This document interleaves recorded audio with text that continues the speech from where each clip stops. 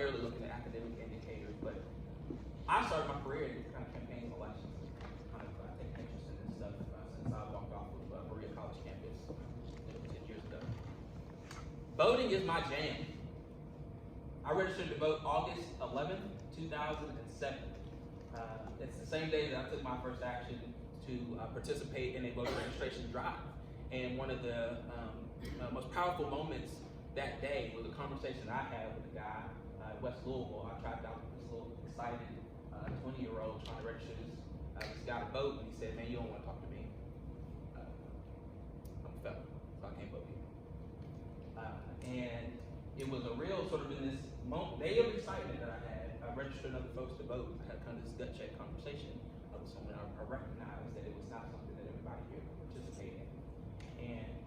And given where we are just in terms of the national dialogue, I think it's something that folks are gaining more and more understanding around, and they're seeing more and more happen on the ground in communities. And so I'm excited to be able to be a part of a conversation with some of the folks that we have here about, again, not just the context. We'll have some time to sort of answer questions that we may come in with, but also to consider what options are available to us to take action in our own community. And so I want to introduce just really briefly. Let me make sure I'm going to take care of my moderator duties. Just the sort of sequence for today's conversation. So basically what we're going to have is each of our panelists, and I'll talk a little bit more about Amber, Jennifer, and Josh here in a second, will come and lay just a little bit of context given each of their individual work. We'll have a panel discussion, very brief, probably about, we'll try to do 30 minutes. We're tight for time, so we're going to keep it tight, get some conversations from you all, get some questions from you all, and then move into sort of a more kind of work group style conversation after that. I want to briefly introduce these folks though, in I believe the order that they will present here. Jennifer Lai-Peterson here in Lexington. She is the senior attorney at Advancement Project. She supports both the Power and Democracy Program and the Immigrant Justice Project. She's a litigator and former union and community organizer. She previously served as staff, and I'm really interested to learn more about this work in New Orleans, the National Immigration Law Center. Josh Douglas, who is here. Yes, I'm going to be that moderator today. Josh Douglas is the Thomas P. Lewis Professor of Law at the University of Kentucky. He teaches and researches election law and voting rights, civil procedure, constitutional law, and judicial decision making, and wrote Vote for Us: How to Take Back Our Elections and Change the Future of Voting. Josh, I did bring my book. She'll sign it for Amber McReynolds is the executive director. She's to my left. Is the executive director for Voting Home Institute and Coalition. Really a leader in effective and innovative elections administration. She's the former director of elections for Denver, and Amber is recognized across the country as leading expert on election legislation and policy. And I just learned that she is also releasing a book in November called When Women Vote. So hopefully you will talk to us a little bit about that as well. But to get us started, Jennifer, if you will get us rolling. And you can feel free to come here to the podium or stand where you are. Maybe I'll go up. Yeah. Can you guys hear me? Yeah. Okay. Well, thank you very much. My name is Jennifer Lai-Peterson. I work for Advancement Project National Office. We are a racial justice civil rights organization based in DC. I work remotely from here in Lexington. I've been for about 6 years. I moved here from California. It is truly a delight and an honor to be able to talk about voting rights in my very own hometown and state. So, the Advancement Project has been working to protect and advance the right to vote for 20 years. I do a small portion of that work. My work is really focused on the rights to vote for people with felony convictions in Louisiana, and I'm going to touch on that. But what I wanted to do was present 3 main points about the right to vote. The first being that the history of the right to vote is not linear. And so what I mean by that is there's this kind of myth out there that the right to vote was granted to white men for property at the founding of the country, and then after a civil war and the 13th, 14th, and 15th Amendments, African American men gained the right to vote probably around 1870, right? And then white women and black women gained the right to vote in 1920, Native Americans in 1924, and Asian Americans, we gained the right to vote by 1952. There's a group of Chinese Americans that gained the right to vote after the repeal of the Chinese Exclusion Act. Generally, there's been this overarching sort of process of bringing more people into democracy, and that's unfortunately not true. The right to vote, using the word of one of the preeminent historians of voting, Alexander Kazar, the right to vote is contested, and it's been violently contested. I have here a slide prepared by a group of historians who wrote an amicus brief for us in one of our cases in Louisiana. Larry Powell and 13 other historians pulled this data for us for just Louisiana. And I wanted to bring some attention to the numbers. In 1897, there were 130,344 registered African American voters in Louisiana. 3 years later, that number dropped to 5,320. And then 2 years after that, in 1921, after the passage of the 1921 Louisiana Constitution, which permanently barred people with felony convictions from voting, that number dropped to 598. So the right to vote, it's not this long trajectory of steadfast progress. It is hard-fought struggle. And why is that? Well, I think we all know in this room the right to vote and all of the voting wars, they fundamentally have to do with citizenship, right? And citizenship is about who belongs. Who's a citizen in this country who belongs to this country? Who is entitled to a slice of the sovereignty of this nation, right? And those types of questions are always connected to race and racism. Which brings me to my second point. The voting wars, what has always been part of our nation, are back. As many of you know, probably in 2013, the Supreme Court, in a case called Shelby v. Holder, eliminated what was the crown jewel of the voting rights, or the crown jewel of the civil rights movement, the Voting Rights Act of 1965. And so what we've seen since then is all of these restrictions that were imposed on African Americans after the Civil War are back. And we, the litigators at Advancement Project, and a whole host of other people nationally, we are in the courts fighting them. And this is a quote from Fourth Circuit. We litigated this case, Advancement Project, on behalf of the NAACP in North Carolina, and Reverend Barber, who some of you might know, he leads the Poor People's Campaign nationally. But he was our client, and we went to court to fight these voting restrictions, including strict voter ID, like cuts to same-day registration. I'm seeing a lot of nods in the room. These types of voting restrictions, and we were able to get the court to find them unconstitutional as acts of intentional discrimination against voters of color. So we are in the courts, we are fighting, but it's not enough. We do need systemic reform. And I think you're going to hear a lot about that from our other speakers. Which brings me to my third point. So in any type of systemic reform, this is something Advancement Project deeply believes in. We need to build power, right, at the grassroots level. And so this is a picture of us with our partner organization, Voice of the Experience, headed up by a person named Norris Henderson, who spent 20 years incarcerated in Angola prison. Norris was a jailhouse lawyer inside Angola. He's the head librarian in Angola and founded the Angola Civics Project. And when he was released from prison, he founded VOTE, Voice of the Experienced. And we have been working with VOTE for the past several years in bringing litigation as well as policy initiatives to try to restore the right to vote to people in Louisiana. And so we brought this lawsuit. This is all of us on the day of oral argument for one of the Court of Appeals in Louisiana. The same time we were litigating this case, I guess we'll go to the next slide, thank you. VOTE brought a companion piece of legislation in Louisiana, HB 265, which is a partial restoration for parolees and probationers. And after an enormous fight, I know I only have a few moments, they won. So in a deep red state, VOTE, and all of the friends and comrades around VOTE, we were able to effectuate a partial restoration for 40,000 parolees and probationers in Louisiana.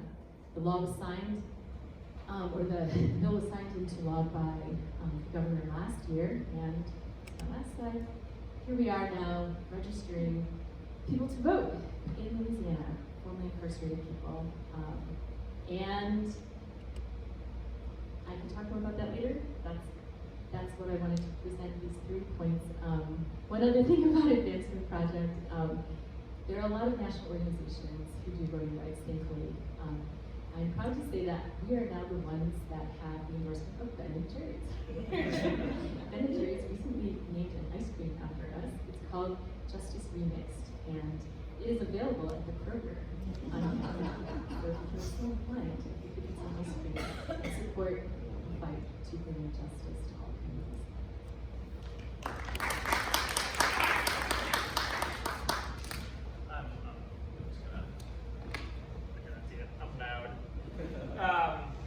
You left off the most important part. What is the flavor? What is that? Spicy brownie. I know I'm out for dessert tonight.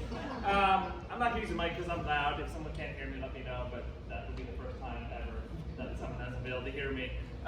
So my name is Josh Douglas. As Richard and Christian said, I teach here at the UVA Law School. I also wrote this book called Vote for Us: How to Take Back Our Elections and Change the Future of Voting. I have a copy here, which I'm donating to Richard and Civic Lex today for you to do what you want with. Now, you could say that maybe anyone who donates or becomes a member of Civic Lex could enter in to win that today, only if you wanted to. That's a good. What he said. That's happening. That's not me saying that, but perhaps anyone who donates today maybe could enter in to win a copy of the book. So Jen paints a correct, accurate picture of voting rights that is doom and gloom. And often these days when we talk about the right to vote, it is doom and gloom. And our numbers show it. If you look at the numbers in the back of the room, or that Richard presented at the beginning, it kind of gets me depressed.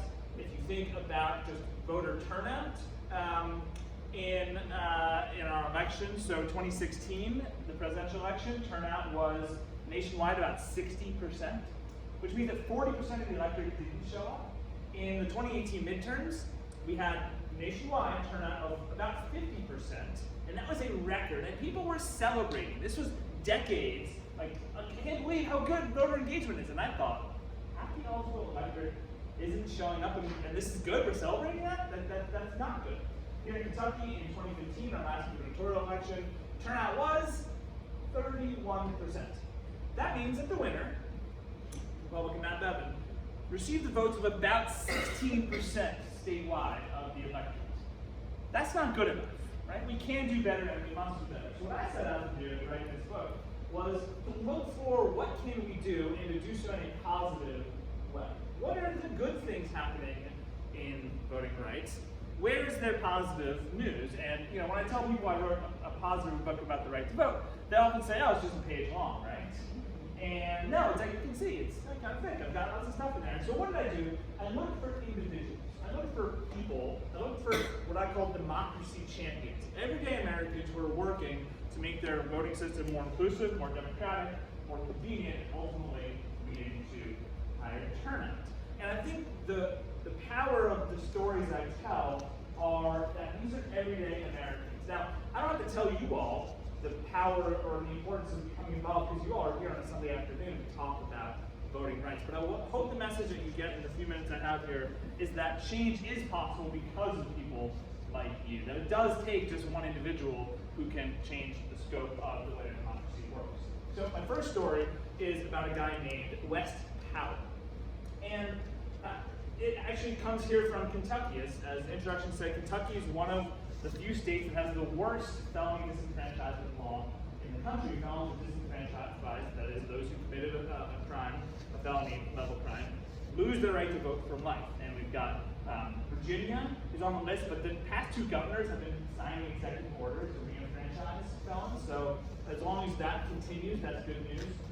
We've got Florida, used to be on the list, but its state passed a state constitutional amendment to re-enfranchise over 1.4 million returning citizens. Iowa, which also disenfranchises felons for life, and Kentucky. Now, what could be the possibly good news out of the state that's worst in the nation? Well, it's about West Powell. So about 25 years ago, West Powell made a dumb mistake. He's living in Covington, 18 years old, and he and his brother broke into an auto salvage yard and they stole a car radio. They were caught, convicted. He was convicted of theft, felony. He ended up getting probation at first, but then he went to jail because he violated his probation curfew. That was because the only job he could get made him work until 11 p.m. and his curfew was 10 p.m. His parole officer caught him, so he spent about 11 months in jail. He got out and he said, you know, I can change. This isn't who I am. I'm not a criminal. What are you doing, Wes? This is dumb. This is not the path you should go down. So he cleaned up his life. He had a hard time getting a job because he had to check the box you were a felon. So he ended up opening his own computer repair shop. He met a woman, he got married. He started a family. He had 5 kids, 4 girls and a boy. He said he always wanted a boy, but the 4 girls came first. So they do. Finally had the boy. And but yet he said, you know what? I still didn't feel like I was fully part of my community. I was not a full citizen because I couldn't vote like everybody else. Well, fast forward to a couple years ago, 25 years later, and the Kentucky legislature is considering a bill to allow some lower-level felons get expungement of their records, wipe the felony off of the books, and regain the right to vote. They had never gone anywhere in the Kentucky legislature. What would change? West Powell would change things. So we went to testify before the Senate Judiciary Committee hearing the bill. He told the story. He spoke for about 4.5 minutes. Kind of a soft-spoken voice. He said, my name is Wes Powell. I made a dumb mistake. Let me tell you about it. And you know what? I think I paid for that mistake. I think I paid 5 times over. What more could you possibly want me to do to prove that I should be worthy of full citizenship? In the room that day was a Republican state senator named Whitney Westerfield. And he's kind of a pro-law and order person, ran for attorney general. He's actually running for state Supreme Court right now. And he told me he was opposed to felony expungement. He didn't think anything would ever change his mind. They're criminals. They violated a social contract. Why should we give them any leniency? And then he heard Wes Powell's testimony. And he just said something clicked. It just made sense. Finally, there was a face to the problem. He said he started texting his fellow Republican legislators and saying, we got to get this done. Not only for Wes Powell, but for the thousands of others who need some hope, who have found redemption from the mistakes they made. And they did get it passed on a bipartisan bill. And so now, Kentucky, the worst state in the country for felony disenfranchisement, actually made its law a tiny bit better because some lower-level felons can get expungement of their records. Now, it's not perfect. You still have to pay an administrative fee. It was $500. They reduced it to $250. It should be $0, of course. Too few felonies count that on the list where that you're able to get your expungement. But still, thanks to one everyday American who decided to speak up, Kentucky's law just got a little bit better. And thousands of people are now eligible to have regained their right to vote. And the best part of the story for me is that Wes Powell got his expungement. He hasn't missed an election since. Now my second story has to do with tacos. I love tacos. Who doesn't love tacos? And this is about how we can go into communities to make a difference. So Texas is not a place that you think of for good news with respect to the right to vote. And yet an individual named Carlos Duarte, who is part of a group called Mi Familia Vota, who is the state director of Mi Familia Vota, which works in Latino outreach, thought, what can we do to help voter registration? And Amber probably talked a little bit about this, but one of the things we know is that states that have harsh registration and voting rules have the lowest turnouts. And Texas has a rule like Kentucky that if you're not registered within 30 days of an election, you can't vote. So what did Carlos Duarte do? He went to taco trucks in heavy Latino areas of Houston and brought them voter registration forms and just said, hey, would you mind handing out voter registration forms for people who ask for them when they're going to get their tacos? This was wildly popular. People who had never been touched by the political process. Candidates don't go to these neighborhoods. Election officials don't actively reach out. And he was just making it a little bit easier. And did it work? Well, in the next election in Houston, Latino turnout went up in these neighborhoods. I can't prove it was the tacos that did it, but I think the correlation there is pretty strong. So what does this mean? Individuals can make a difference to make our system more inclusive, more positive, and make it easier to improve our democracy. And it takes people like you all in the room. Now, I wanted in the book not just to give you some warm fuzzies with a light on them every time I interviewed one of these people. I interviewed over 50 people for the book, but also to feel like you can take action. So the appendix of the book has a list of all 50 states and organizations in each one working on issues of voting rights reform. And then the second half of the book has national-based organizations. I've pretty sure Dan's project is in the national section of the book. So, hopefully you can look at one of these issues like easy voter registration, or making election day itself more convenient, which we're about to hear about, or adopting ranked choice voting, a different method of voting where instead of picking one candidate, you can rank order your preferences, or campaign finance reform, or redistricting reform, or civics education, and some of the amazing things that are happening there. All of these things, there are groups in all 50 states working on these issues. And so here in Kentucky, I listed a couple, as well as in the national section. I think I didn't know about Civic Practice before. We probably didn't exist. You may not exist before the organization was around, but there is Civic Nebraska is actually in the Nebraska section of the list, a similar organization we were just talking about before our panel. And so the point here is, hopefully people who choose to read the book, or if you do it in person, these stories, you say, okay, I can change things. Just a little bit can go a long way to make our system much more inclusive and democratic. And so ultimately the message here is, how do we fix our election system? Well, it's really all of us who can do just a little bit and make a big impact.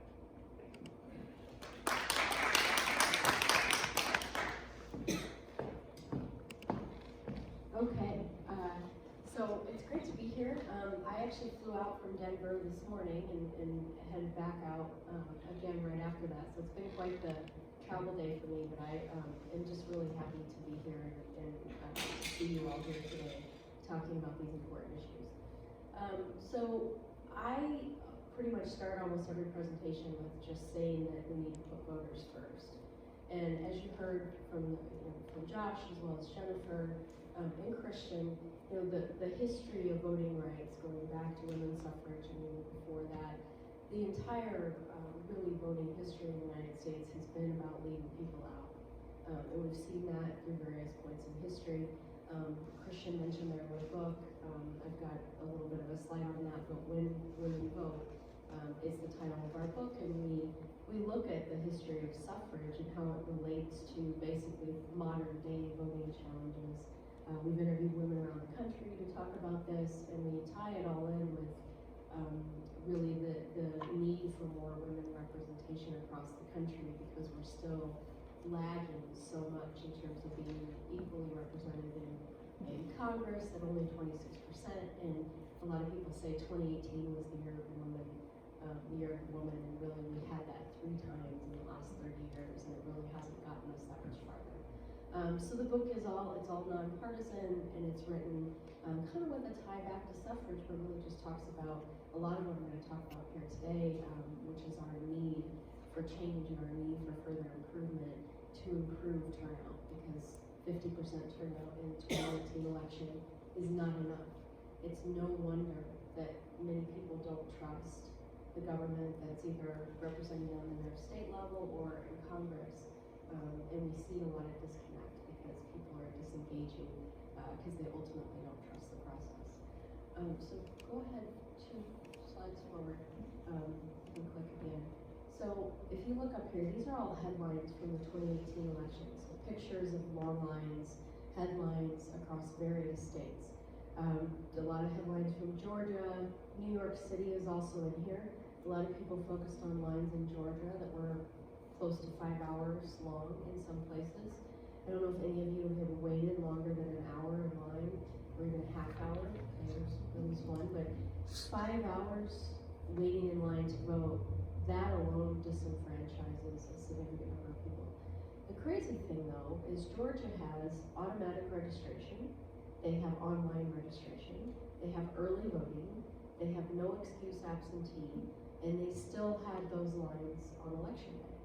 And that is an indicator that they've got a significant problem from an implementation and an administration perspective, because they've pretty much done what a lot of voting rights activists would say, you need to have early voting, you need to have automatic registration, you need to have these things. They haven't gotten the administration of elections correct. And they also, I would argue, have some more work to do on the policy front. But it's a good example, because a lot of folks would say that's enough because they've got the policies, but it isn't enough. The other state that never gets attention because they're not necessarily a swing state, and it's more fun to talk about kind of the Georgias and the swing state areas, is New York. New York, historically, is one of the worst states actually from a voting accessible perspective. They are one of the states that also had 4 or 5, 6-hour lines last year. If their turnout would have been slightly up, it probably would have been 8-hour lines. But their issue again was not necessarily that people were waiting to just try to check in.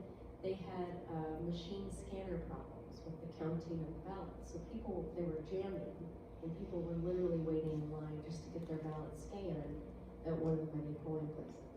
So this is just a culmination, and the interesting part about this sort of example of all these headlines is these headlines are all from 2018, but I could go find the same pictures, the same headlines in 16, 14, 12, 10, going all the way back to Florida 2000, and the Florida 2001 were just about hanging jets. We have not, in 20 years, with hundreds of millions of dollars coming from Congress to the states to buy new voting equipment and do all this, we have not changed this picture. So if you advance, part of the reason that we haven't changed the picture is because the discussion is always about outcomes and who wins as opposed to who votes. And that's over time, both political parties. That's what they care about, the outcomes.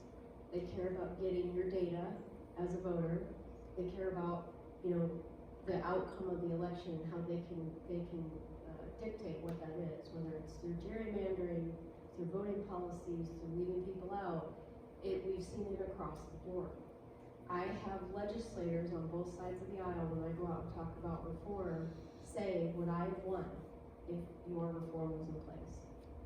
Would I be in my seat if we expand the electorate or mail everyone a ballot or change registration? Both sides of the aisle, that happens. Some of my biggest challenges in terms of change has been in New York City and Chicago, right? And why is that, right? That's just the power structure and sort of who has won. The outcome are generally okay with what exists, right? So I always say that we've got to get out of this mindset and focus on who votes, not who wins. Go ahead and go forward. When I was running elections in Denver, so I ran elections for over 13 years. I was director for the last 7 up until August of last year. And 6 years ago, back in 2013, we rewrote our election laws. And so I was one of the only election officials in the room helping to write that legislation. And what we did is we essentially tore down every single barrier that I had collected data on that exists for voters. So we dug into why voters were waiting in line. We looked at why voters voted a provisional ballot. We looked at why voters were even calling our elections office. And we found that most of it was registration barrier related. They missed the 30-day cutoff. So we solved that with same-day registration. We also implemented automatic registration administratively at the same time. We also found that one of our top call drivers was people didn't know where their polling place was, or they'd show up at the wrong polling place because they had moved within 30 days and they get a provisional. All that data helped us design essentially what now is the model that my national organization is trying to replicate, but has put Colorado to be the #2 state for turnout in the country. Our turnout was 20-some points higher than yours was here. And that includes this modernization of registration. It includes sending every voter a ballot automatically. We mail every voter in the state automatically a ballot. The automated voter registration, so you're automatically registered to vote, and then you're automatically balloted. We automatically update your address if you move through the post office. So we literally consume the data from the post office every 2 weeks, and we update your address. You don't have to touch a piece of paper. You don't have to do anything online.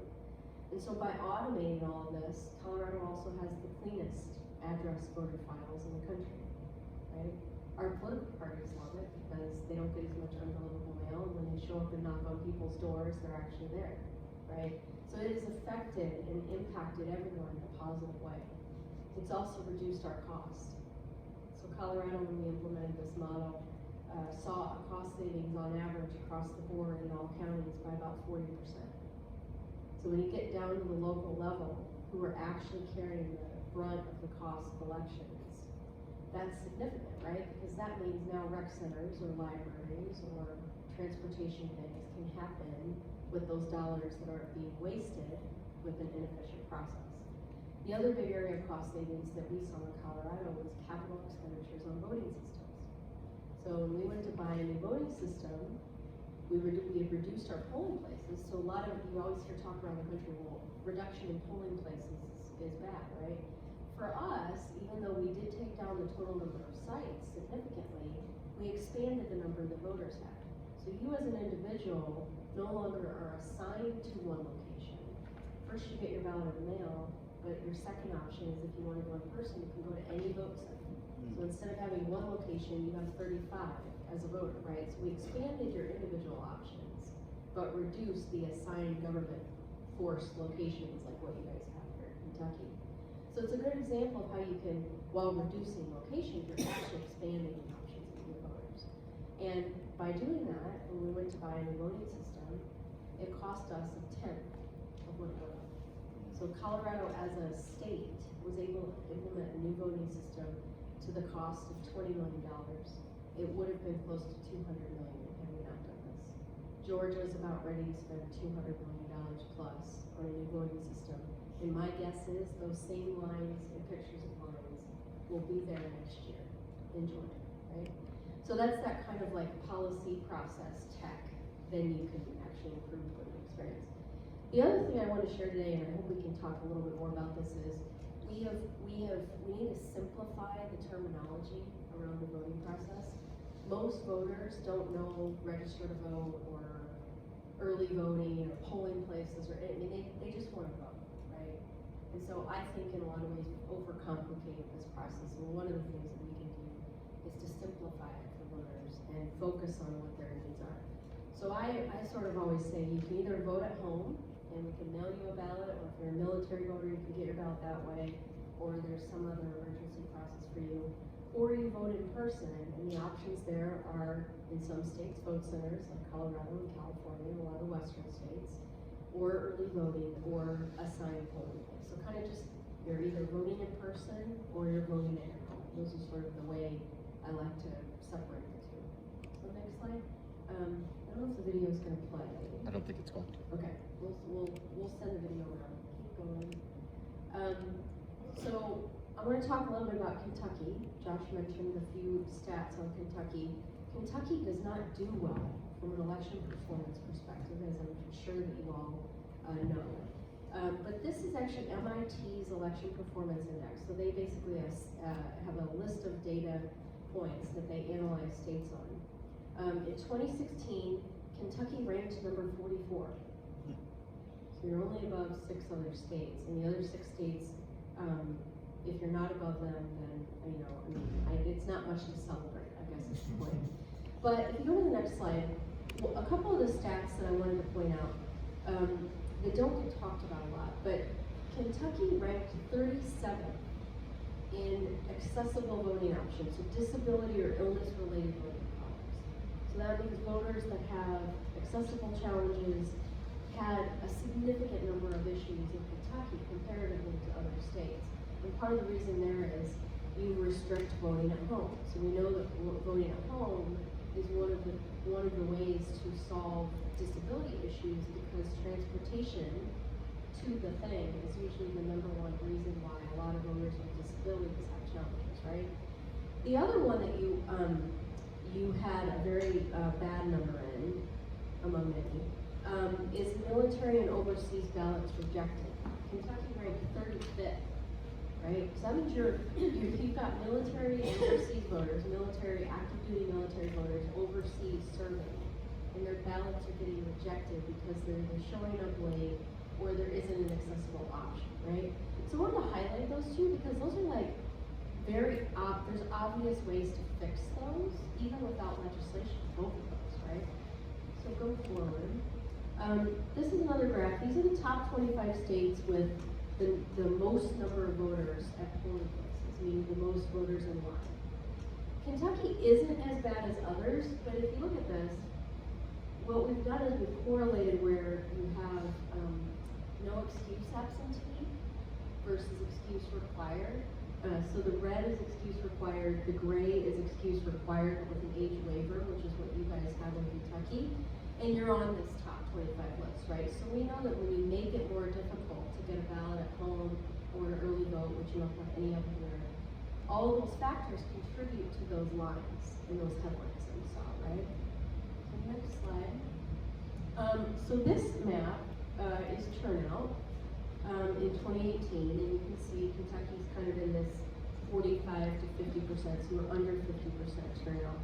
But what I want to highlight is all the top 10 states for turnout all have similar policies in place. And we'll show some of those in a minute with the slides, but the other thing is, the entire West Coast now, so Oregon sort of started the trend to vote by mail, and then Washington was the next state. Colorado was the third, but we did something different in Colorado because we added same-day registration, automatic registration, and modernized all of that with it. And we also did vote centers. If you don't want to do your vote by mail ballot, or if you need to register to vote and vote in person, you do all that right on election day. We jumped way over Oregon and Washington because we added all those other things. Those 3 states are all in the top 7 states for turnout consistently. California has passed Colorado's law now, and they're in the middle of implementing that. But next year, the entire West Coast and most of the voters in California will get a ballot in the mail, and they will have prepaid postage to mail it back if they want, or they can drop it off. But that's all the voters on the West Coast, which actually is a significant number of people because LA County is bigger than 42 states, right? So it's basically pretty easy to vote now in most of the Western states because we've continued to be more progressive when it comes to this. So go forward. The other thing is, when we look at why people don't vote, inconvenience. Last year, when non-voters were surveyed, inconvenience was cited by 41% of voters as the reason that they didn't vote, or one of the top reasons. The other thing is, when you look at the other reasons, so too busy, illness or disability, which was a big one, inconvenient hours, out of town, all that. Vote at home addresses almost every single reason why people didn't vote, right? So pretty significant there. Go forward. And then in Black and Hispanic voters, and this is actually the same chart almost for young voters as well, almost every issue that they cite as being problematic, the solution that we've created in Colorado and some of the other states where it's been implemented solves almost all of them, right? So going back to that data and all that I was talking about, how we looked at the reasons voters were having challenges and all of this, we have to consider these sorts of issues as we make policy changes or advocate for policies and push for policies that actually solve problems, right? Throwing hundreds of millions of dollars at new voting technology, while interesting, is the second thing. First, you have to get the policies right. Otherwise, you're going to waste a lot of money on voting technology that isn't actually going to solve the ones, right, as we've seen. So go forward. So I mentioned the top 10 states for turnout all have the same or similar policies. This is from a group called Nonprofit Vote, and it's on our website, voteathome.org, but it's also Nonprofit Vote. You can Google it. It's called the America Goes to the Polls Report. And they basically drew a direct correlation between voting reform policies and turnout, right? So the top 10 states have same-day registration, automatic registration, and vote at home, expansive vote at home. We know that to be true. That's been consistent over time. And all of these states also, when it comes to local elections, have way higher turnout for those local races. So Denver, we just had a mayor's race in May. And when you look at citywide elections and things like that across the country, it's relatively low turnout. Denver's mayor's race had 46% turnout. That's higher than what many states had for their gubernatorial elections last year, right? So the fact that we got almost half of the city to weigh in on the mayor's race is pretty significant when you look at like the local elections across the country. Go forward, please. Okay, so the current vote at home, this is kind of current vote at home, and we've got it on the website, so I won't talk too much. But we basically break it down where step 5 means those states send a ballot out to every voter. We've kind of got this transition, which is what California's in, and you'll see that Utah is now blue. So Utah sends a ballot out to every voter in their state. They were the most improved state for turnout last year, and they're probably more red than Kentucky, right? They have same-day registration, and they have all vote at home.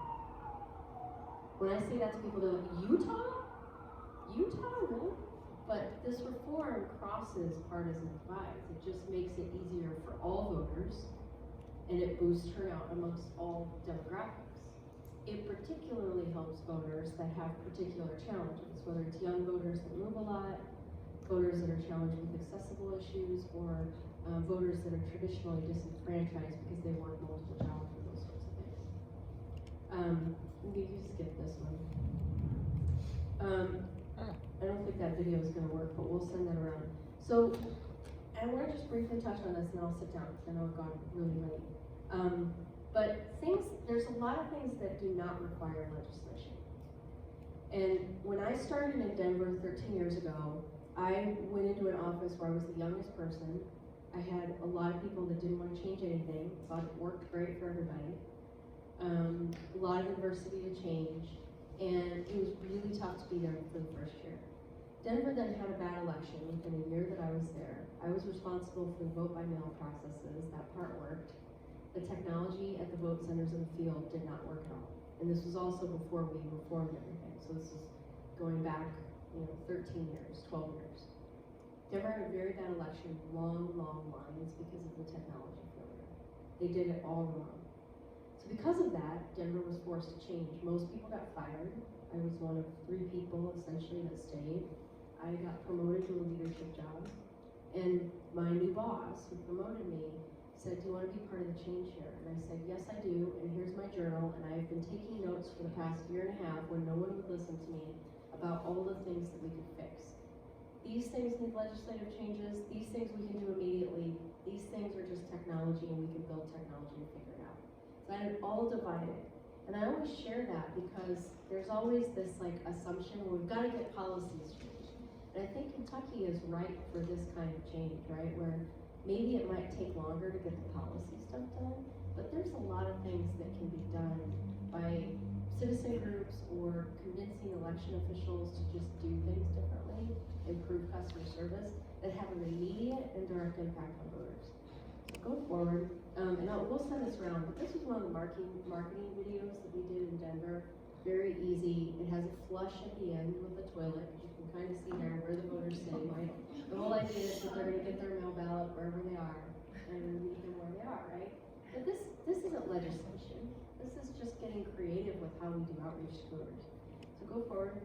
The other thing that we created, this was one of the innovative solutions, first in the nation that we created in Denver, called Ballot Trace, and it's a ballot tracking tool. So just like when you order something online from FedEx, they send you updates about where it is. We do that for our mail ballots. So we created a technology that does that. When the ballot is printed and mailed, you get a text or an email that your ballot's out for delivery to you, and then all the way back again. When we get that ballot back, we send you a confirmation that it's headed into the county room. 65-ish% of Denver voters are on that system, and Democracy Works, which is another nonprofit, used this as a base, and they created essentially the same type of thing that is now, in my organization, is working to expand elsewhere.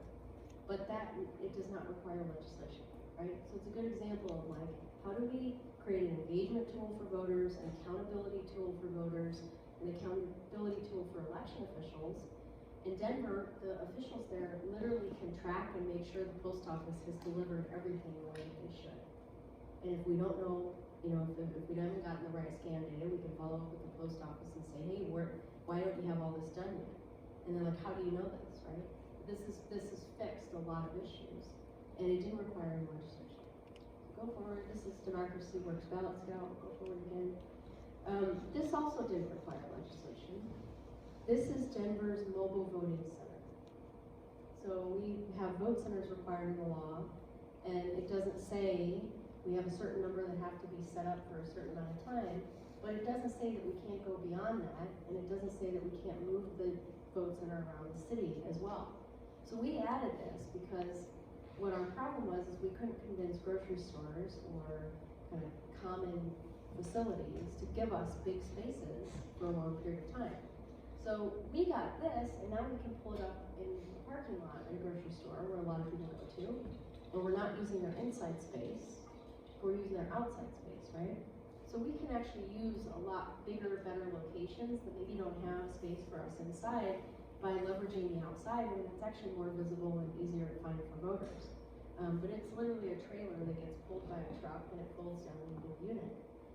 We created that for the first time in Denver, this model, and now Orange County, California has bought like 20 of them, LA is rolling out a bunch of them. So it's happening, and again, it wasn't legislation. We just got creative with what our requirements were. Go forward.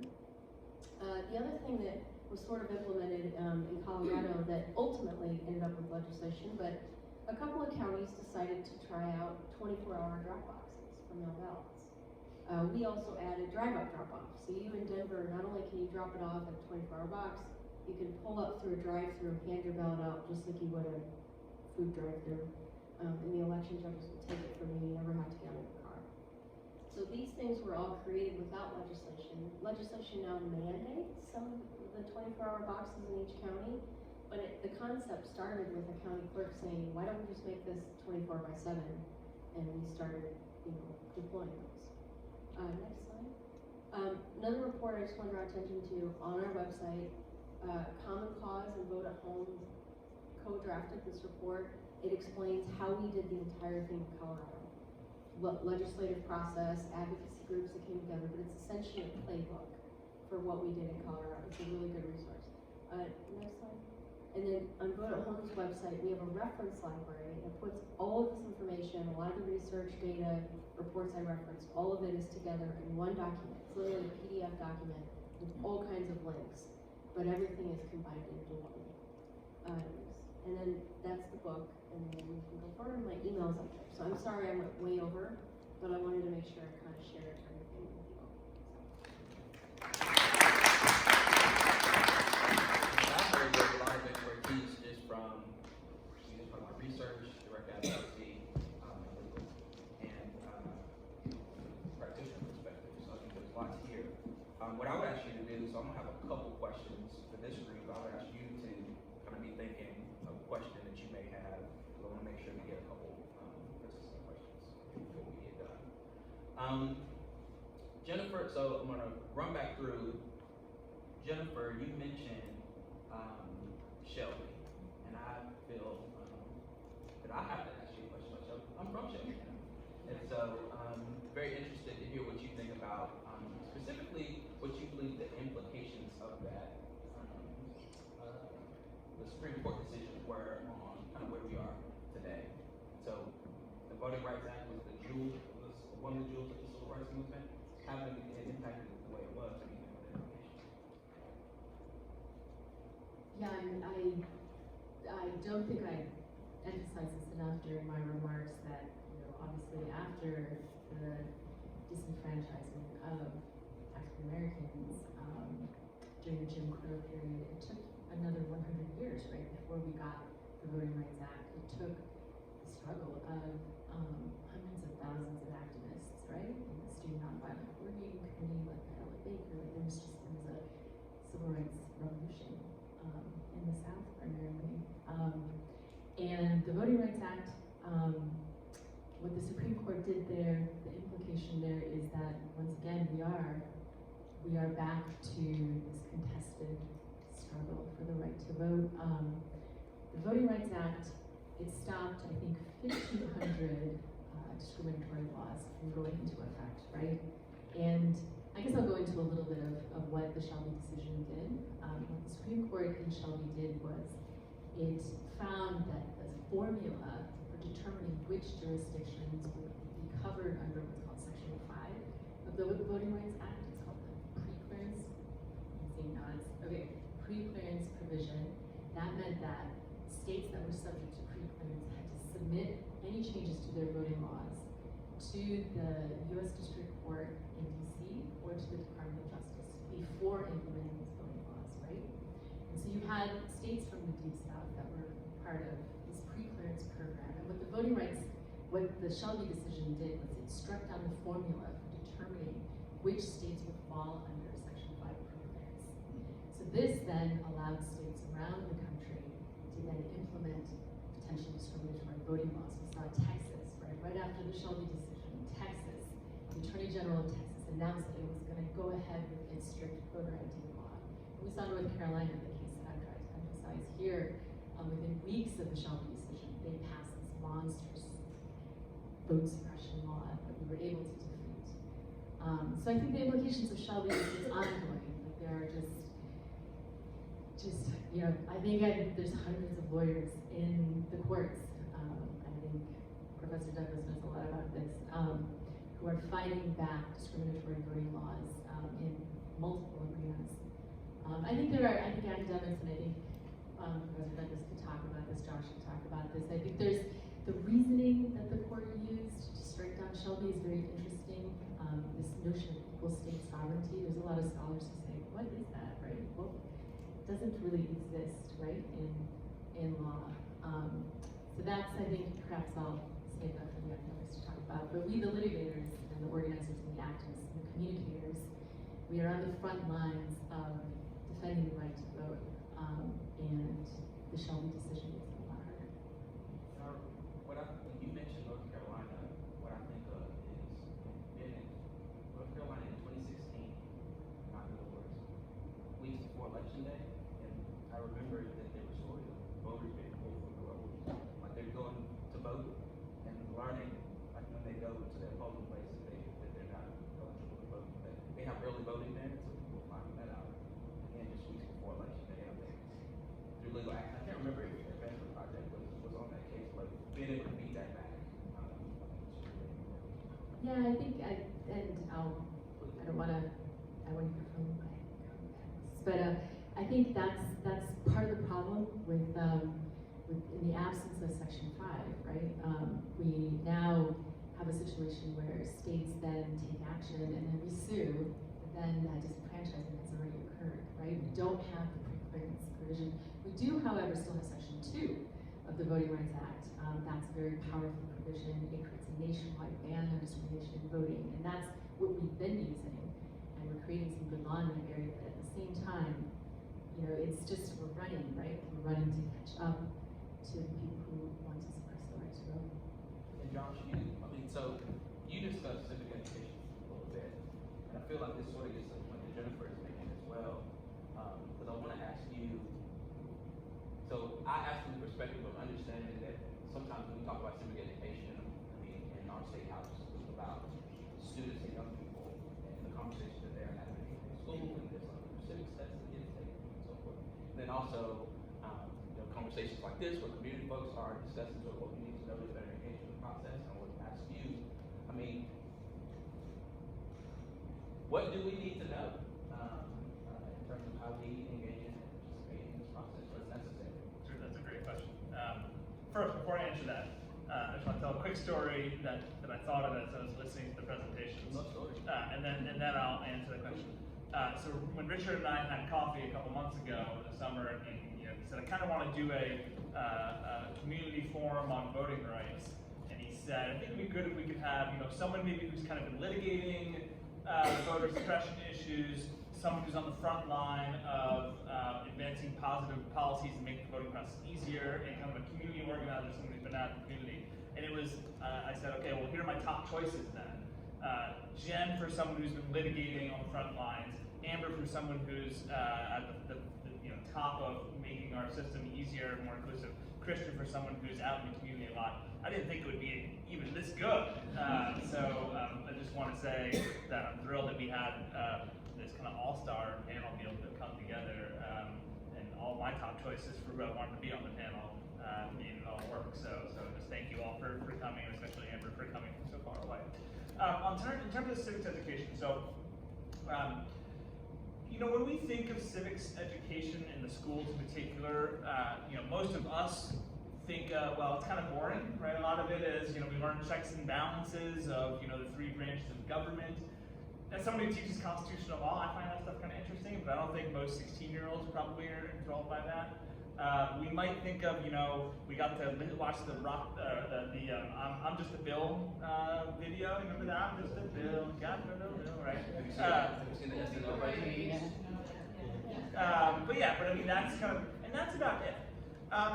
And what I learned, though, through some of my research for my book, was that there's actually some amazing things happening on the ground in classrooms all over the country with mostly social studies teachers doing what was referred to as action civics. So what action civics is, instead of, or in addition to learning the structure of government, students learn how to tackle and solve real world problems out in the community. And often it's about on the local level, and they also learn how to debate civilly. So I talked to one teacher in Virginia who would present the issue of voter ID. Should we require an ID to vote at the polls? Go out and do the research, both pro and con, and write policy position papers, and then we're gonna have a day where we debate the issues. And I think she randomly assigned which side the students were on, so that your own personal preferences wouldn't necessarily come into it. And she was attuned to being explicitly nonpartisan, but teaching them how to debate this very hot button issue that's in our community. Another great example, maybe one of my favorites, is a school in Washington, D.C. This is a public magnet school, so it drew from all over the city. And the social studies teacher said to the class, I want to engage in action civics, which means I want to have you all solve a real world problem that you are facing. So they came up with, what problem impacts our school and our community? And they realized that tardiness was a big problem among their peers. So they researched the issue, they tried to figure out why students were often tardy. They realized that a lot of students didn't have reliable transportation to get to school in the morning on time. So they came up with a plan. They then went to the city council and explained the problem and came up with, and said, this is our solution. They said, can we let DC students ride the public transportation system for free?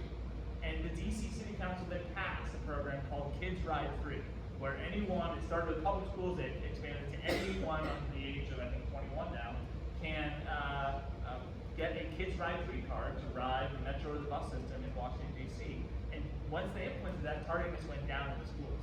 I don't think anyone who goes to that school will forget the importance of being engaged in one's community and in one's democracy.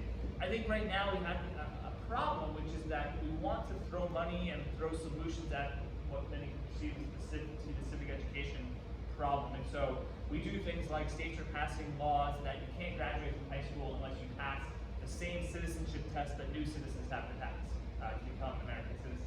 I think that's a horrible idea. Well, let me rephrase. I think that's okay if we go beyond that. I think it's horrible if we do that and then say, well, we've solved the problem now. Because all that does is it teaches kids that you have to have rote memorization. Right? We have to just memorize, what is the preamble to the Constitution, or memorize the names of the Supreme Court justices. And so, you see these stats that kind of make fun of how uneducated Americans are because they can't name who is on the Supreme Court. And my reaction is sort of like, so what? Does that really make you an engaged democratic participant if you can just memorize these things for a test? Or can we do better about actually engaging the public and teaching them how to debate civilly and how to solve real world problems? Because that's what's sorely lacking. So I don't oppose those laws that say you have to pass this for high school graduation. I think it's fine, but it's not good if that's what we do and we think we can solve the problem because of it. The good news for me, I'm an optimist, and I found so many great examples of teachers doing this kind of action civics programming. We just need to really put a lot more money and invest our time and resources into it to expand it a lot more. And Amber, something that you said stuck with me initially when you named like how important basic administrative functions are for the electoral process. And for me, it begs the question of who, and it might be useful, I'm not sure if maybe that, but it begs the question of like who is responsible in a given community for what. And so I asked that question first. Who's responsible for this stuff? Which we be looking to make sure that the administration is implementing as it should. And then can you say a little bit more about best practices? I have a secondary question for you as well, but we'll start there. Yeah, so governance over the election process and sort of who runs elections, how all of that works, is a very important topic to me, and I have a lot of pretty particular opinions about this. First and foremost, only 24 states have where the chief election official is the Secretary of State, so elected usually, sometimes appointed, but there's only 24 that have that, and then there's sort of these other hybrid models, like Illinois is not Secretary of State, there's a state board of elections. Rhode Island has the board of elections and the Secretary of State. elections, which is really interesting because they don't often get along. Same here. And you guys have the same kind of thing here, right? So there's sort of this different model. The other thing that's interesting about this is there are about 8,000 local election offices in the country that actually administer the process, right? 8,000. One could be the size of LA, that's bigger than 42 states. They have 350 full-time employees plus. They hire 20,000 people plus to run the election. And there could be a county or a jurisdiction that's, that's less than 1,000 voters, right? You imagine the magnitude of the differences there, right? That doesn't even exist for like when you look at the business community or where they place like stores and all. There is nothing else like that. The only similar, and I talk about this a lot, is the post office in terms of communities that it serves. There is only one vendor or entity in the country that serves every voter and every election office, and that's the United States Post Office. So the other, I think, positive aspect of the vote at home concept, right, is there's essentially already a federal infrastructure to deliver ballots to voters. And it actually, people complain about the post office, but it's actually it's the second most trusted federal entity behind the military, right? And the fact that you can have a piece of mail delivered as far as it goes for as cheap as it is pretty significant. And there's no other entity like that in the world that can do that, right? So I think that we actually should be doing sort of what we're doing at Vote at Home by engaging the post office to figure out some of this, because I think that there's sort of this obvious solution that would help voters in a significant way in most places, like it is in a lot of the states that are doing this. So governments, right? 8,000 local entities. Some of that is elected county clerks. Some of it's town clerks. So like Colorado is 64 elected county clerks. Michigan is 1,600 local town clerks that administer this process, as is Wisconsin. I was just in Michigan last Friday. I have grave concerns. Well, I don't know if this is being broadcast? I have grave concerns about Michigan for next year because of that, right? They have very disparate, they have 1,600 different ways of administering that process in Michigan, the local level. So when we talk about lawsuits and how voters are being left out, and in some states voters are more enfranchised than others, if you move to Colorado within 30 days of the election, you will be able to register to vote, to get your ballot at home, and if you don't like that ballot, you can go in person to any vote center. But voters in Colorado are definitely more enfranchised than voters in Kentucky, right? That doesn't make sense to me. So I think we have a governance structure that is flawed kind of with the local administration of elections all the way up to the state level, and then even going as far as the federal level. And we need to really have a serious conversation about what it looks like, because I think the partisan-driven nature of it is not working. When we elect partisan officials to do nonpartisan jobs, that immediately creates tension, right? I've always been unaffiliated. I kind of think that anyone who oversees this process should not be tied to a political party, should not be endorsing candidates, should not be accepting money from donors, right? But that's what we essentially have in this current structure. And I think it inherently, even if a partisan official, whether they're a Democrat or Republican, are acting in the most nonpartisan way, the other side is never going to believe that that's the case, regardless, right? So I think we have to have a broader governance structure discussion to make sure this works better. And that also impacts funding, because local elections, local governments essentially are funding most of the election process that's going on. Thank you. I just have one last question for all of you, it's a secondary question, because I've kind of been bugging the street.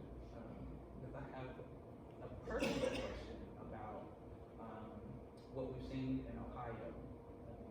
The purge is the industry kind of, but where Ohio is going to be pulling voters' names from the voting rolls in an effort to kind of clean up voting rolls, right? Mm-hmm. In Kentucky, we are about to go through a similar process. I think the number is 100,000 plus names being pulled from the voting rolls. And I mentioned it in your question, Amber, which is talk about administration. I think administratively, we want to make sure that folks are registered and vote. That the process is most efficient and as effective as possible. But what I wonder is, and I would ask just like very quickly, all three of you have an opinion. Should we be worried about it? What are the implications? Yeah, so, I mean, here's the thing on it, right? What we did in Colorado is we automated registration. So most people never have to fill out a piece of paper. They don't have to send anything in. And when you look at the error rate, so when you look at states, like Colorado also, by the way, has the top voter registration rate in the country. More of our eligible citizens, and I think it's up to like 95.6% now, eligible to vote are registered, right? Because we've automated this. If you don't want to register a vote, that's basically the remaining people, because we've essentially just made it that automated. And then the second part of that is not just registering to vote, but keeping your information up to date. And that's particularly important amongst younger portions of the electorate. More than 10% of the country moves every year, right? So it isn't just registering to vote and then you walk away, right? We need to know, we need to keep that address up to date and figure out mechanisms to make sure that that continues to stay current, and that you don't have to be the one keeping it current, because that's silly, it's wasteful, it's inefficient, and it doesn't really help anybody. You have to take time filling out a form. The election official has to try to read your handwriting and figure out to get it right.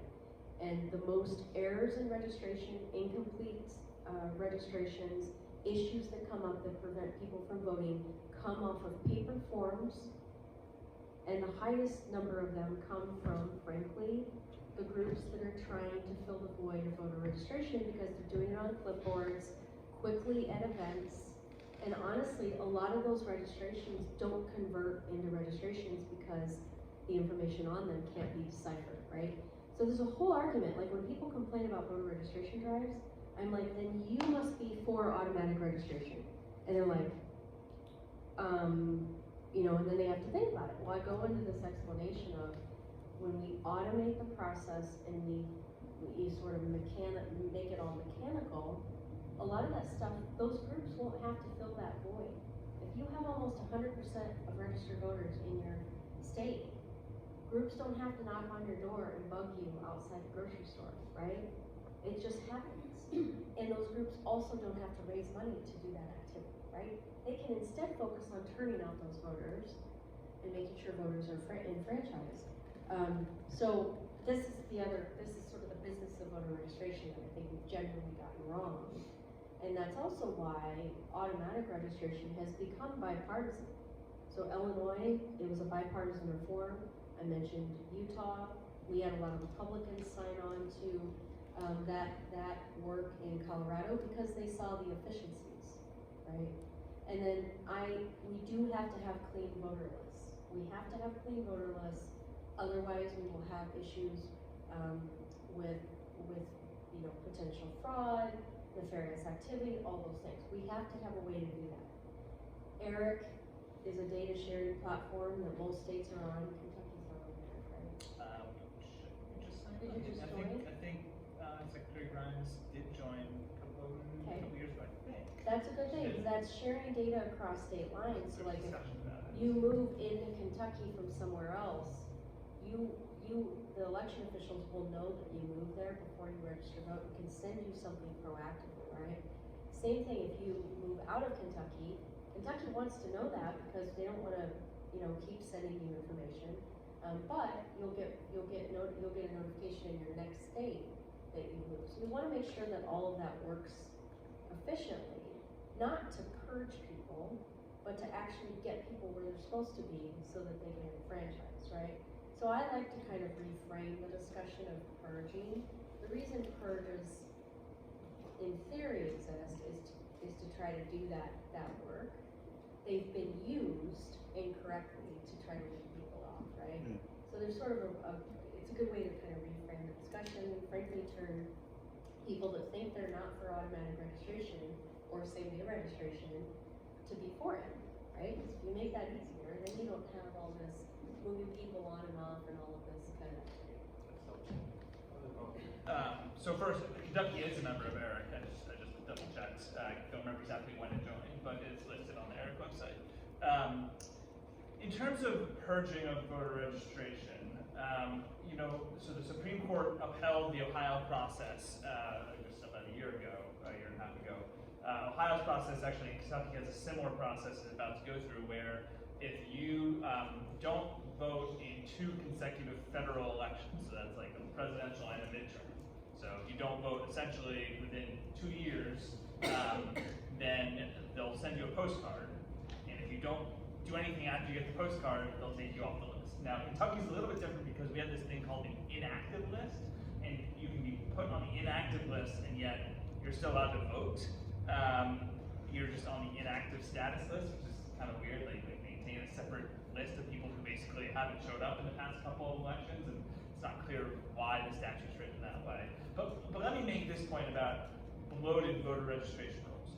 Yes, it's important, as Amber said, to update them, but bloated voter registration rules does not mean voter fraud. Let me say that again because I think it's so important to educate the public about this. There's so many misconceptions. Bloated voter registration rules does not mean that there is voter fraud. Does it open the possibility for more voter fraud? Meh. If you look at the stats and if you look at where voter fraud actually occurs and the kind of voter fraud that actually occurs, it's not very common that it's because of voter registration lists that are outdated because people have moved, people have died, or whatever. I'm not saying voter fraud doesn't exist. It does, very little bit, not a ton, but it does a little bit, and there are ways that we know it happens, or at least happens a lot more often, and ways that we know it does not happen very often. People often say, well, you're going to show up and pretend you're someone you're not. You're going to vote multiple ballots. Well, that just doesn't happen. It'd be a stupid way to try to throw an election anyway. Because if you want to throw an election, you need to change a lot of votes by and large. And you're not going to do that by in-person impersonation. I'm not going to try to throw any elections, but if I were, I wouldn't do it based on using outdated voter registration lists or in-person impersonation. So yes, it's a good idea to clean up the voter rolls because it can improve people's confidence in the elections. But just because, Kentucky has been bad about updating voter registration lists, and it really needs to do better. And unfortunately, there's a little bit of a pendulum shift now, and now Kentucky is about to be extremely aggressive. I think too much, and there's got to be a happy medium here. But just because Kentucky has not updated voter registration rules in the way it should have does not mean there's voter fraud in the system. How does voter fraud in Kentucky happen? Well, vote buying is a lot more common, especially in places like Eastern Kentucky. Absentee balloting fraud does exist. We saw this in North Carolina, Congressional District in North Carolina, where they had to throw out the election in 2018 because of absentee balloting fraud. That had nothing to do with the voter registration list. That had to do with someone going to a bunch of apartment complexes and nursing homes and saying, essentially, oh, let me deliver your ballot for you. Oh no, don't worry about filling the whole thing out. I'll take care of it for you. Essentially, is kind of what happened. That's why we have rules that we should have rules on better security for absentee balloting. Although, I think if we do everyone vote at home, which is why I was so proud when Amber asked if I would join an advisory commission or advisory group for her organization, because I think if we had everyone voting on the same system, that's a vote at home system, and we also improve the security of that system, that takes care of so many of these problems. So bloated voter registration lists is not equal voter fraud. That's the key. Sorry, I should be using the mic. I'm just loud and I talk with my hands. I think in the absence of reforms like vote at home and other systemic reforms, then you just got the election protection team, right? A team of attorneys that you call if you show up at the polling place and you're not on the rolls. There's emergency lines to call, and then you go back into court to try to figure out what happened, right? And so I think that's probably what I would say right now. I think there's been, talk of potential legal action around those 160,000 voters who are on that inactive list, right? I think at least one of our parties is concerned about that. I saw there was a letter. So we'll see, and you'll have those who protect the right to vote and those who protect voters in your corner, hoping that it doesn't come to litigation. Sorry, just one point. Here, I'll use the mic for this one. Never if there's a federal election on the ballot, never let anyone turn you away from the polls, or anyone you know turn away from the polls without being offered a provisional ballot. Federal law requires that if you show up to the polls and your name's not on the list, you don't have the proper identification, whatever the issues are, so long as you're at your correct polling place, which wouldn't be a problem in Colorado, but so long in Kentucky, if you're at your correct polling place and there's some issue, as long as there's a federal election, president, Congress, you are required by law to be offered a provisional ballot. Every year I hear people who, well, they didn't give me that. No, you demand your provisional ballot, you vote it, it's set aside, and then we figure out after the election whether and why there was a problem and why you weren't offered a regular ballot. And unfortunately, in an upcoming election, it's state only, so state law does not require provisional ballots, and it should, but in any event, don't be turned away. The other thing I'll say real quick is that we do have, I'm sure you all know this already, but we do have an election on November 7th, and the voter registration deadline is October 7th, is it 7th as well? So coming up, imagine if you're coming to this discussion that you're probably already registered, but if not, go to govoteky.org and you can register to vote and send everyone you know that link. Let's get everyone, as many people registered. And I don't care who wins, I care about whether we have a 31% turnout again this year, which was horrible in 2015, and we've got to do better. I want to pause this real quick. Richard, I apologize for even to some of the work session time, but I want to get just maybe one or two questions from the audience. How does the vote at home process work? So let's say you have, elderly, disabled, you go to college, isn't familiar with,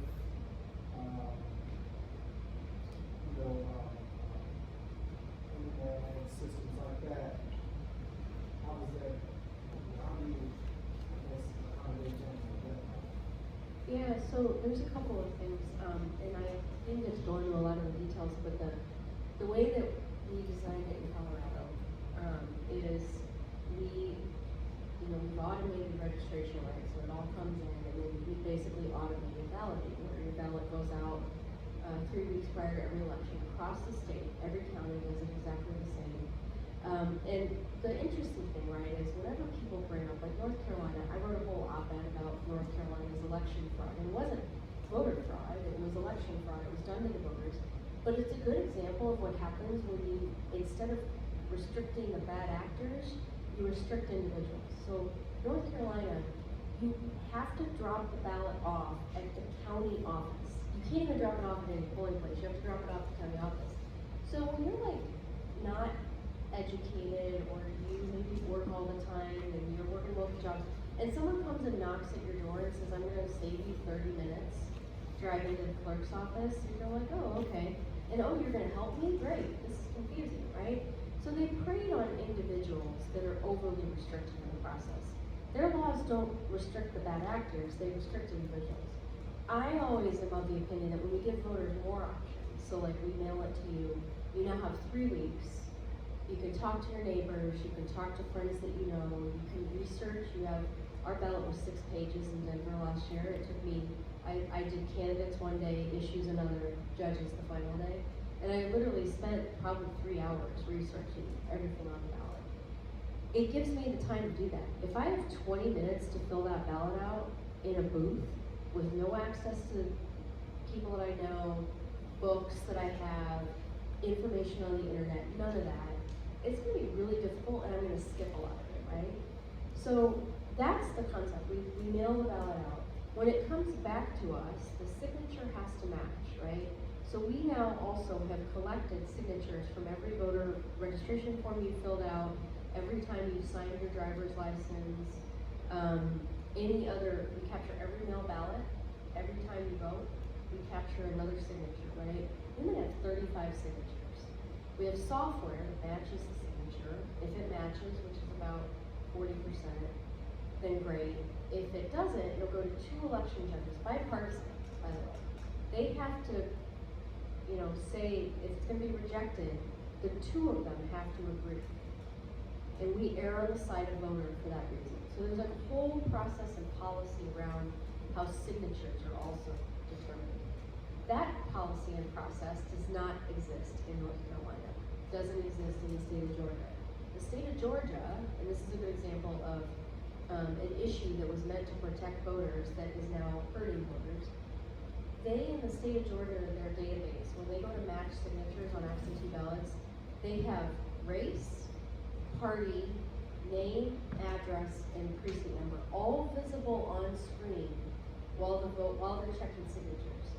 Colorado, judges only see the signatures. They don't know what party affiliation you are, they don't know what your age is, they don't know what your race is, they don't know any of that. Georgia has all of that displayed on this one screen, right? And I'm like, well, why were they even capturing, oh, they were capturing race because of the Voting Rights Act, because that was part of their, you know, their federal reporting, right? But when it comes to a process like that, you want to eliminate all of those things because you want the judges to basically decide the thing. This is an example of implementation where they basically let something seep in that was supposed to be there to protect voters that is now hurting voters. So the Colorado process in Oregon, Washington, California all look like that, where you don't know, and we have less than 1% that are actually rejected. But those that are, we then send you a letter, or we send you a text, or we send you an email and say, you know, we have to check your signatures. This is part of the integrity of the process. It didn't match, so you can respond via text and cure it. You can literally sign on the phone and cure the signature. You know right away if there was an issue. And it's honestly the way that we have caught people doing bad things. The one example I'll say, Weld County, Colorado, actually caught a gentleman, a man, that decided to sign his wife's ballot. He was the former state party chairman for the Republican Party, a radio talk show host, hosted a show in 2016, was going on and on the radio about how Democrats were going to steal the election from Donald Trump and commit voter fraud. And he actually was the one that got caught because his ex-wife had moved out of the house. They were going to get divorced. I think for a while, right? Clearly he's a great guy. She moved out, didn't get her ballot, and she called the election office, and they had it in a rejected pending status because the signature didn't match. They caught him. He claimed it was a diabetic episode, but he got convicted of voter fraud. But I point to it as this is why we have to have those checks in place, right, to protect people. But you don't want to have an overly burdensome process that leaves people out, right? So you got to have an effective process to allow people to cure and do all of that. And you want to do it in a good way and have those policies and processes in place so that you don't have a Georgia situation happen where people are disenfranchised or a North Carolina situation happen, right? So the thing about vote at home though is that, you know, I think it actually adds integrity and security. So when people say, oh, that's all fraudulent. I'm like, no. Name me a state where you do basically an address validation by mailing the ballot to the voter. They don't get the ballot, comes back undeliverable because they moved. They don't get it, they have to do something. They can go to a vote center, or they have to interact with the election official. So we actually are interacting with our voters more, making sure they're getting the right precinct style at the right address, all those things, than states that are requiring you to go in person and not doing any of that extra address work up front. So I argue actually that we've expanded convenience, we've also increased security, increased integrity, while giving more voters options, which that's like the sweet area where you want to be. You want to have like a win-win-win-win, right? One question. But What happens when you have a rich party who has a home in New York, a home in Colorado, and a home in Florida? Do they vote 3 places? No, you can only vote one location. And what we always share with people, because we have some snowbirds that like, you know, that we have people that come into Colorado during the winter, we have people that go out of Colorado in the winter, go to Arizona. that's the limit. But that's why like systems like ERIC are so important too, because we always say you can only be registered in one location There's exceptions for that if it's like a property owner district, special district election. If you have multiple properties, you're always eligible to vote if it's that type of election. But it varies by state too, right? So we always tell people, like, where are you the most? Where do you reside the most often? Where do you consider your home base? And that's up to the, it's up to the individual to decide that. Some states consider wherever you pay your taxes or wherever your car is registered, that is your voting address, right? So every state kind of varies on this kind of perspective. You know what? Hold on. I got one more and then we'll shift. Like in Colorado, what percentage of the voters are voting at home and mailing ballots, and what percentage show up at the voting center? Yeah, so about 95% of voters use the ballot that was mailed to them. The 5% or so, and it can go up to 7%, like 7% I think was 2016, but they actually mostly needed to update their address or needed to register to vote or decided they wanted, very few kind of say, yes, I would love to come in person and take time out of my day, you know, to come do that. But the, you know, the few that do, the option's there, and they can go to any. They can go to the one by their house, by their work, you know, wherever that is, but we've given them that option. But most have a registration issue. Of the 95% that use the ballot we mail to them, it varies by county, but like in Denver, about 80% drop off in person. So they use one of the 24-hour boxes or the drive-up drop-off, because they also wait till within about 48 to 72 hours of election day to actually cast the vote. So that's what's interesting, is I would say to people, most people actually don't use the post office to mail it back. They like to have that in-person experience, which they still have, because we mailed it to them and they can still have that So whole that's probably perspective. why you have less voting booths or voting centers. Right, yeah, because so 95% use it, but you know, the good thing about that too, when you see those lines for me, and you look at what creates lines, it's issuing provisional ballots, because it takes longer. You issue a provisional ballot because someone showed up at the wrong location, or somebody wasn't registered to vote. We've dealt with essentially 95% of voters prior to election day, and now we can focus all of our workers' attention on getting people registered that haven't done it yet, or have an issue, or what have you, so we don't have those same barriers. And we also reduced provisional ballots by over 98% in Colorado.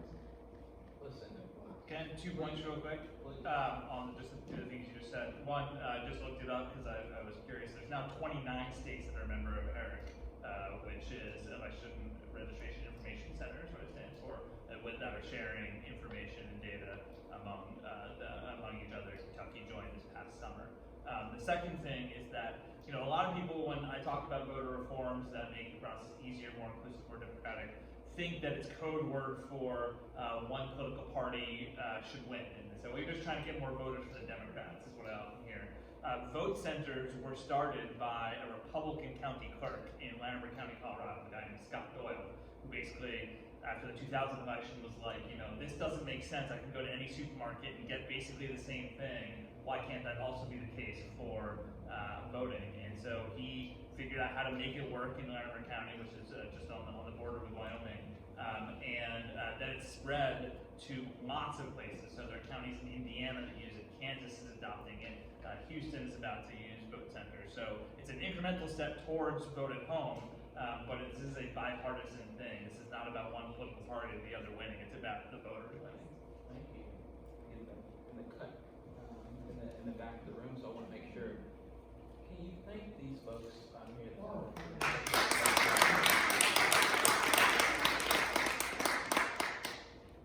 Given the context, there is, it seems to be a lot to work on, a lot to consider, but also I'm just glad that it's happening as well. We appreciate you sharing your expertise. I want to throw back to Richard in the back of the room. Is that this interest?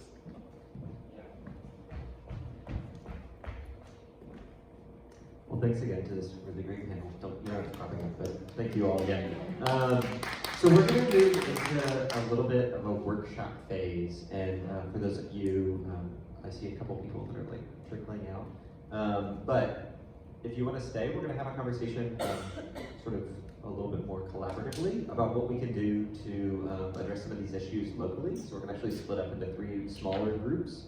And then depending on if everyone leaves, we might just be in one larger group. So if you want, we're going to split into one group focused on voter disenfranchisement, one group focused on voter access, and one group focused on civic participation and education. So each of them will be facilitated by one of these 3 fine people, and we'll have note takers at all of them as well. So why don't we do like civic participation over here? We could do voter access over here and voter disenfranchisement issues over here. Milgot, take your chair with you. That would be great.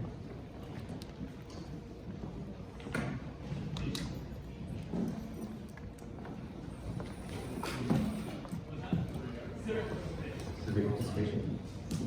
Voter access, voter disenfranchisement.